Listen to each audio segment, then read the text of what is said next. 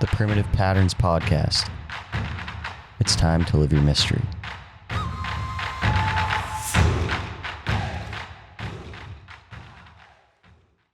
All right, welcome back to the Primitive Patterns Podcast. We've talking about a little something different today. Luke, what episode is this? 7? 6. We're gonna lose track pretty quick here. So yeah, we've already lost track. But episode 6 or 7, we're gonna talk about something a little bit different today, and Luke's gonna kind of take the wheel on this one. So if you want to kind of let the audience know what we're gonna be talking about today. Yeah. So today we're gonna talk a little bit about psychedelics. Specifically, we had a friend of ours who spent a lot of time in Peru and has been facilitating medicine ceremonies for multiple years now, fly in and run us as brothers through something called the Heart Protocol. I was really excited for this experience and this opportunity for this medicine. And it was my brother's kind of first time really doing a psychedelic in a ceremonial way with real intention. So yeah, I'll pass it off to one of you guys. Just like going into it, maybe like talk about some of the skepticism you had, how you were maybe feeling about it, and then just... Yeah. I mean, for me, I don't think it was necessarily skepticism. I think I'm pretty open to that whole realm. Like you said, it's definitely my first time doing it in like a true ceremony way. What's another word for it other than ceremony? Is there another like No, I think that's a proper... Okay, because that's what PJ uses, that word ceremony for it. So yeah, it was my first time definitely doing it in a ceremony, guided by a professional. So it was a different experience for sure. I wouldn't say it's skepticism, more so just like unknowing, like not really. I mean, you're pretty well read on this stuff. You're very passionate about it. So I feel like even though you had never done this protocol before, you had a relatively good idea going in what it was all about. Whereas for me, and I think for Jake too, we just kind of like trusted in your opinion that when you came to us and said, hey boys, I think we should do this. This would be a good idea for us to do all together as brothers. And we just had that trust in you and went ahead and did it. So again, I wouldn't say skepticism. I'm super open to it. It was just more so an unknowing, but I am definitely glad that we did it because it was a pretty incredible experience. So Yeah, I would say I had some skepticism in the sense that I was unsure if it's the right thing for me. And I've always kind of had that mindset towards psychedelics. Is like, I've said to you guys before, I like how my mind operates. I feel lucky. I don't feel like I struggle with a lot of mental health issues. Situational, sure. But on a chronic level, I have never really struggled with it my whole life. So my skepticism comes not from understanding that these medicines and journeys can like really, really help people. My skepticism is it going to help? Like, is it going to improve me or help me? And what is it going to do to my brain and way of thinking once I'm done it? Mm-hmm. Right. Because you'll hear people that are involved in this space all the time say it's going to completely change the way the way that you view the world, or the way that your mind works, or the way that you feel.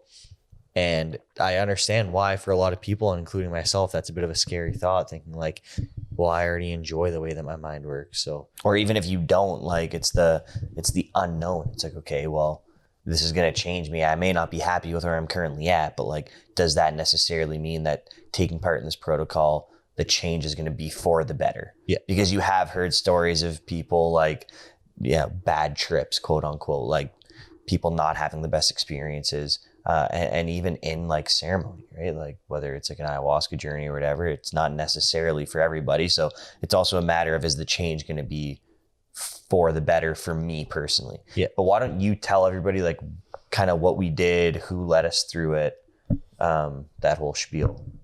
Yeah, right now I guess I'll more so talk about like, because the point you guys just brought up is people feel like it's going to change the whole way they think and la-di-di, la-di-da. I think a big thing that gets overhyped on social media, specifically with people going to do ayahuasca and things of this nature, is people always want to make it sound like you're having some grand vision and everything's coming together. And that might be true for some people, like that might actually happen. But for me and my use of psychedelics and what it's done for me is a remembering. Remembering what truly matters to you and wiping the slate clear of all the things that get in the way of life. Like we talked about, even between us as brothers and in business and just in a relationship, there's that like blanket of tension about whether it be money or who did that or who did what. And that can take away from the mission and the love that you have for each other. So for me, psychedelics and journeys like that have a very beautiful way of just clearing the canvas and having you see with clear eyes, like, oh, like I know what matters. Yeah. But why don't you like let everybody kind of, because I mean, we spoke about that. We did this on Saturday, and afterwards we kept saying that word, like remembering, like it just, like you said, more so than teaching you all these things that you didn't know, it just kind of helps you remember, like, okay, yeah, that's what's truly important to me. And it's so easy to lose sight of those things. And that's what that journey did for me. I think it did for all of us.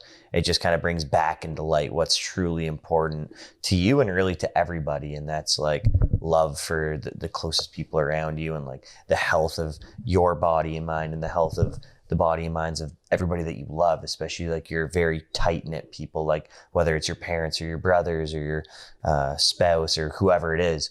But yeah, kind of tell the people like what the protocol actually was, because I'm sure if anybody's listening to this, they're probably curious as to like what the fuck we actually did. Yeah, so it's called the Heart Protocol.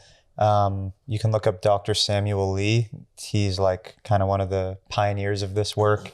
And then our friend, one of the co-founders of Bright Future, he's been training under Sam Lee, and he actually was the one that came and facilitated this for us. So what the Heart Protocol involves is the use of MDMA, psilocybin, and intramuscular ketamine, all dosed at different time points. And just the mixture of those things allows the heart to open up, the ego or the prefrontal cortex, or kind of like the thinking part of you, to go offline. And as you guys can attest, it kind of leaves you in a state where time and space become one, and you as an individual or as a evolving story are gone. Yeah, for sure. I mean, I've had a few experiences with psychedelic drugs, and again, never to the extent of like an actual ceremony, but I've always heard people say like, oh, it's going to dissolve the ego. And I never really understood what that meant. And maybe I still don't understand what that means. But I think this weekend did bring me a little bit of like clarity or insight as to what that means. And like you said, as like time and space just completely disassociates, like you don't understand that anymore. And once you kind of start to come out of it, at least for myself, it was like my brain started to come back online. Like I was actually able to start to piece together how my life actually makes sense, in the way of like, okay, I was actually in the gym training Danny on Friday. Luke and Jake are my brothers. Okay, yeah, that trail run that we did before the ceremony, that actually happened.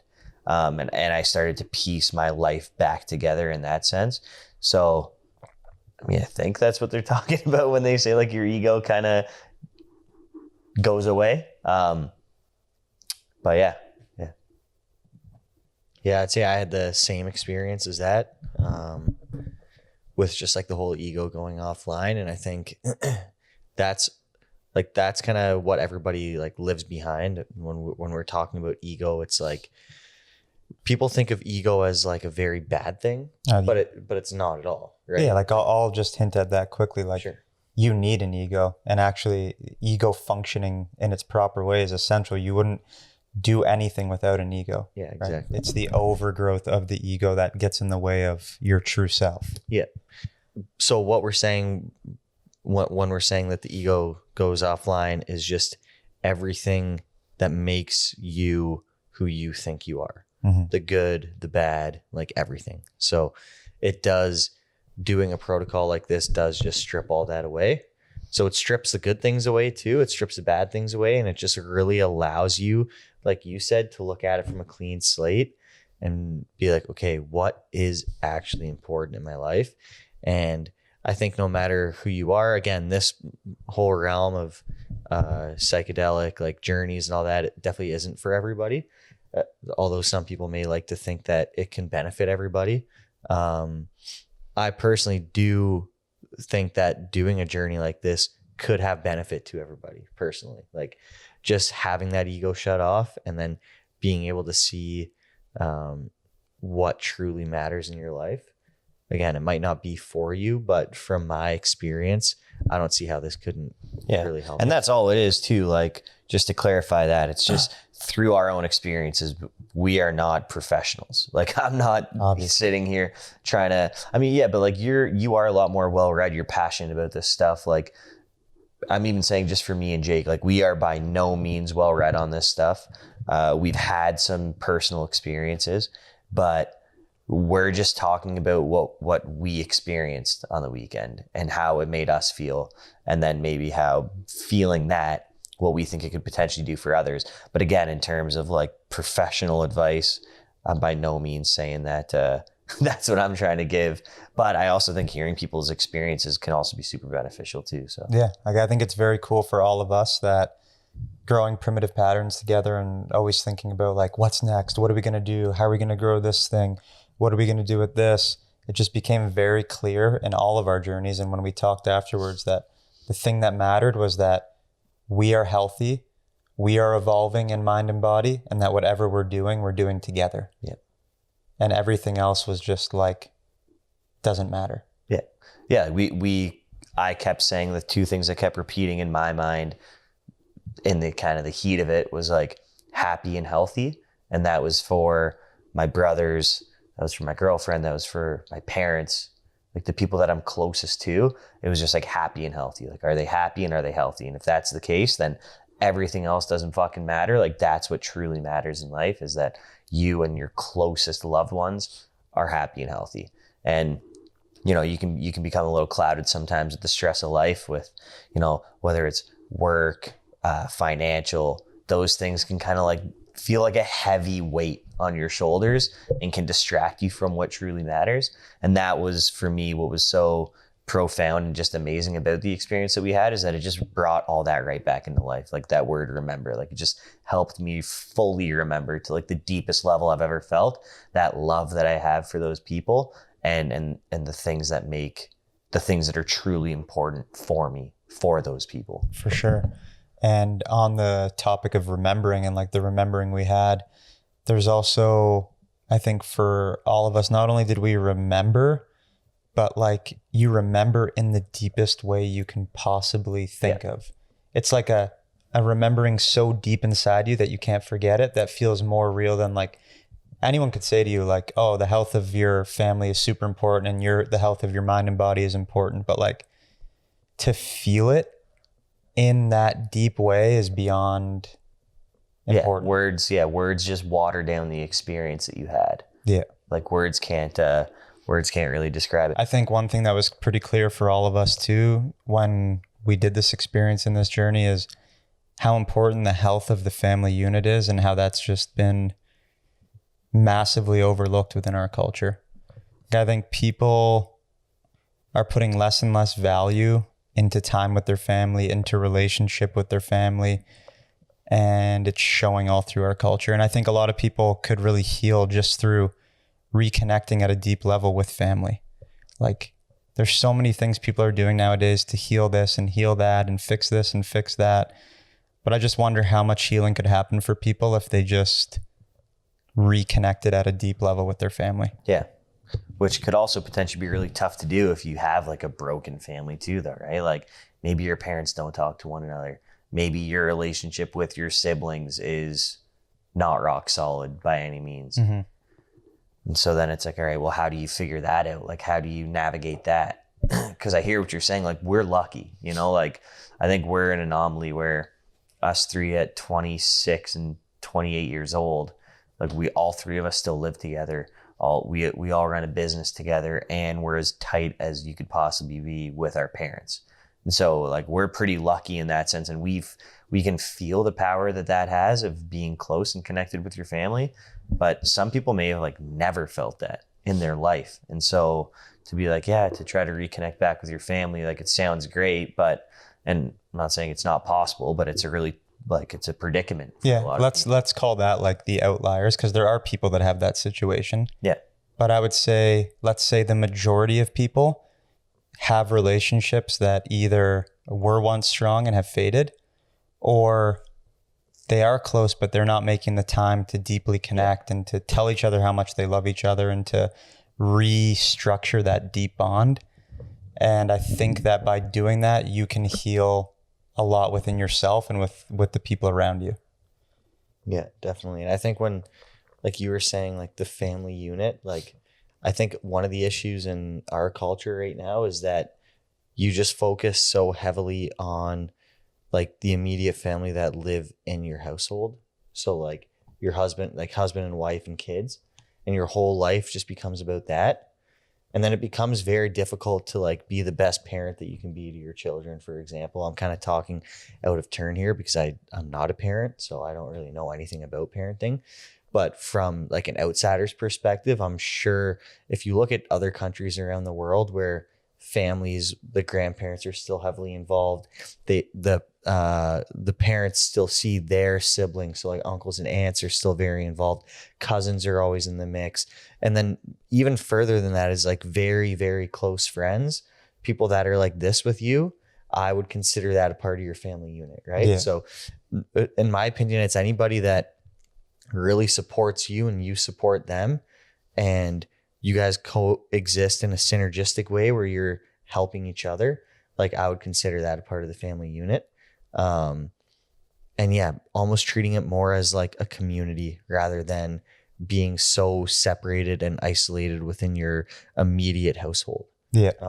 I think that's something that even over the course of the weekend when we did the heart protocol was coming to me. I was obviously thinking about you guys and our parents, but also a lot of like the people in my life that I'm closest with that aren't my actual family, but I would consider that, and how important it is to make sure that you maintain those relationships. Like how many people do you hear say, oh yeah, you know, Johnny, I haven't seen him in a year. And I mean, we were like this, right?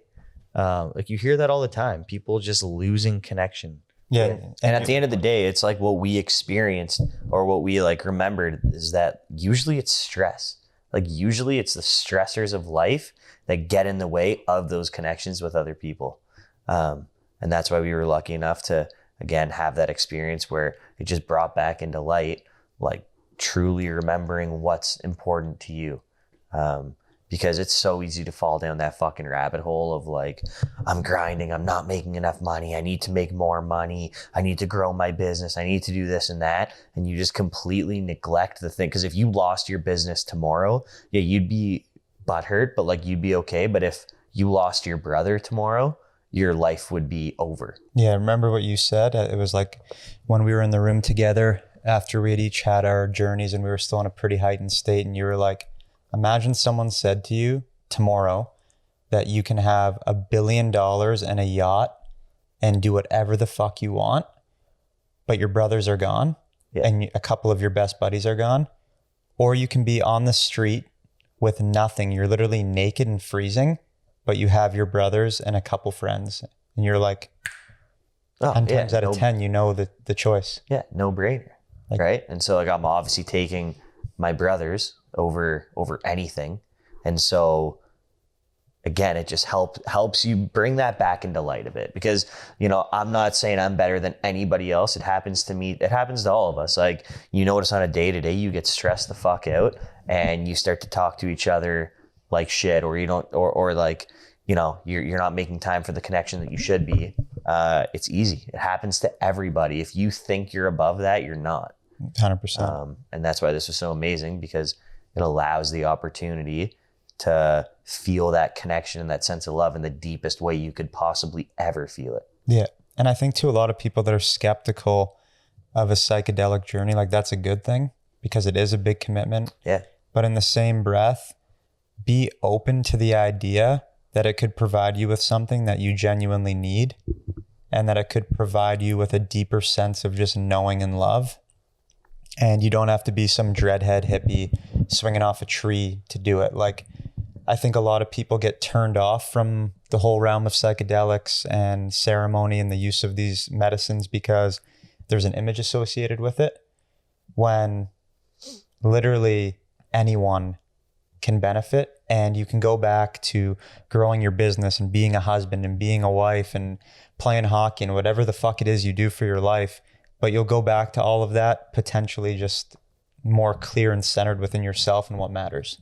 Yeah, for sure. I mean, like I had a full client schedule today. It's Monday. We did it Saturday, and I didn't mention to any of my clients what we did on the weekend, but like I'm sure they weren't like, whoa, what the fuck happened to Josh over the week? You know, it's just like you didn't show up to the gym in a pair of sandals and flowy pants. Yeah. It's just like you're back to it. And I think that, like you said, that can scare a lot of people because they're like, all right, well, like, am I going to be, even when you and mom went to Peru to do ayahuasca, even for somebody like myself that's open to all this stuff, that was the one kind of like fear that I had, that I was like, fuck, are they going to come back and like be like changed? Like, am I going to be like, yo, what happened to Luke and mom? Even if they're happy and whatever. And so that's like a common fear, and that's a normal fear to have. But if you're already grounded in yourself prior to going into it, I don't think that is a real big risk at all. Yeah. If you, and the thing is too, is since I went to Peru and the experiences that I've had beyond that, it has changed me in a profound way. But like day to day and the way that I interact with people, I don't think you would be like, whoa, this guy's totally different. But like really my core values, what I believe and what I want out of life, they were already trending in a direction, but like these experiences have just solidified it and made it like beyond clear shadow of a doubt. Like I know what I want. Yeah. And I think that's a super powerful thing for everybody to have, is clear direction and just knowing exactly what's important and what you have to do to get after it. So yeah. And it can also just take a bit, I know we were going to wrap it up, just take a like bit of a weight off your shoulder to just be like, all right, maybe I could be doing better at work, or maybe I could be doing better here or there. But you just know, like, I got the things that truly matter to me. I got my bros beside me. We're sitting here, we're shooting the shit. We had an amazing steak dinner with our mom and dad on Mother's Day. Like, I'm good. And maybe if you don't have those things, a journey like this can help you realize like, oh, I got to put a lot more time and effort into cultivating these things that actually matter. Yeah. And steering clear of some of the things that are distracting me from the things in life that are actually going to provide me that value and just inner love and knowing that I'm on the right path. Yeah, that's a really good point. all right, boys, good episode, guys. Thanks for tuning in. We'll catch you next time. Namaste. The Primitive Patterns Podcast. It's time to live your mystery.